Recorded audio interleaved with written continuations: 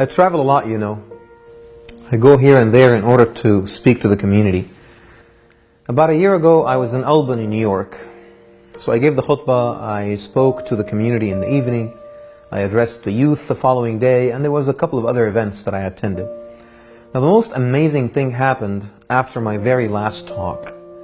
An elderly man with a beautiful smile on his face and shiny eyes came up to me after my talk and said, "Imam, you've done an amazing job. Thank you so much." So I said, "You're welcome. It's my pleasure to be here." And I realized that there's something else that he was not telling me. It almost looked like he had a question or something. So I asked him, "What's going on?" He said, "Imam, you do look familiar. You remind me of someone I've known a long time ago. Do you mind if I asked you where you came from?" So I said, "Not at all. I'm Egyptian. I'm of Egyptian heritage." So he said, "I knew it. I know an Egyptian a mile away. I'm from Egypt too." So I smiled, and then he asked, "Which city in Egypt do you come from?" So I told him the city of my birth. So he said, "No way.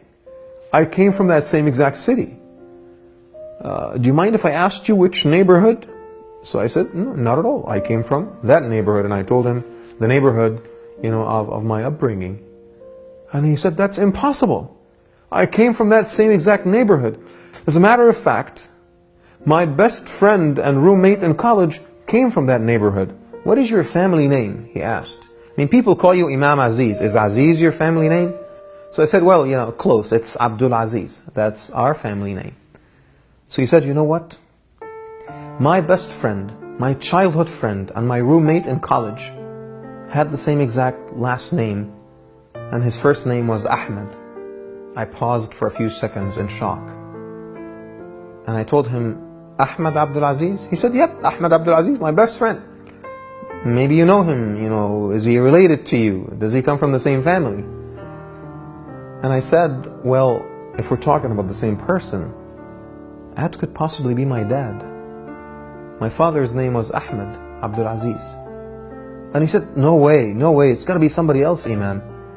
He was married to Fatima." I said, "That's my mom." "Ahmed Abdul Aziz of the Faculty of Science?" he asked. And I said, Yep, that's my dad." And then he looked at me and utterly shocked. And then he literally jumped on me and hugged me so hard. And in the middle of that tight squeeze, he said, "Imam, your dad is an amazing man. I miss him so much. It's been like 40 years since I saw him the last time before I left Egypt and came to America. How is he now?" he asked me. In the middle of my tears, I said, "Well, my dad passed away." And then he looked at me and he said, "That's impossible. When?" And I said, he passed away about 15 years ago." And then he started crying, and I was crying, and here we are, the guest speaker to the masjid, and one of the community members standing in the corner of the masjid. Both of them are in tears, and everyone is looking at us, and they don't know what's going on. It was an amazing moment. I don't even know how to describe it. And then he looked at me and he said, "Imam, I need to tell you something." And I said, "By all means." He held me by the shoulders, looked me straight in the eyes and said, "If your dad were here today, he would have been very proud of you." I was in even more tears. And I said to him, "I hope so." And then I asked him, "Can I hug you again?" And he said, "Please." And now it was my turn to hug him, and I hugged him so hard. And in the middle of the hug, I just imagined that he was my dad. For a few seconds there, I imagined that he was my dad, and I didn't want to let go.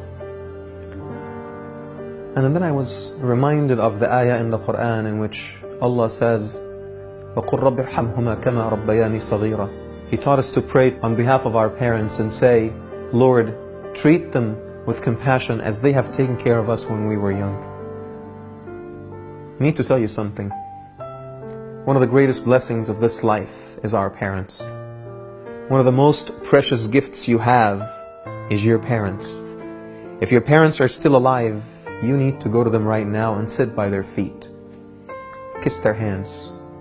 Kiss them on the forehead. Smile on their faces. serve them, take care of them, comfort them, be there for them. For wallahi, we only appreciate the value of the beautiful things we have when they're taken away from us.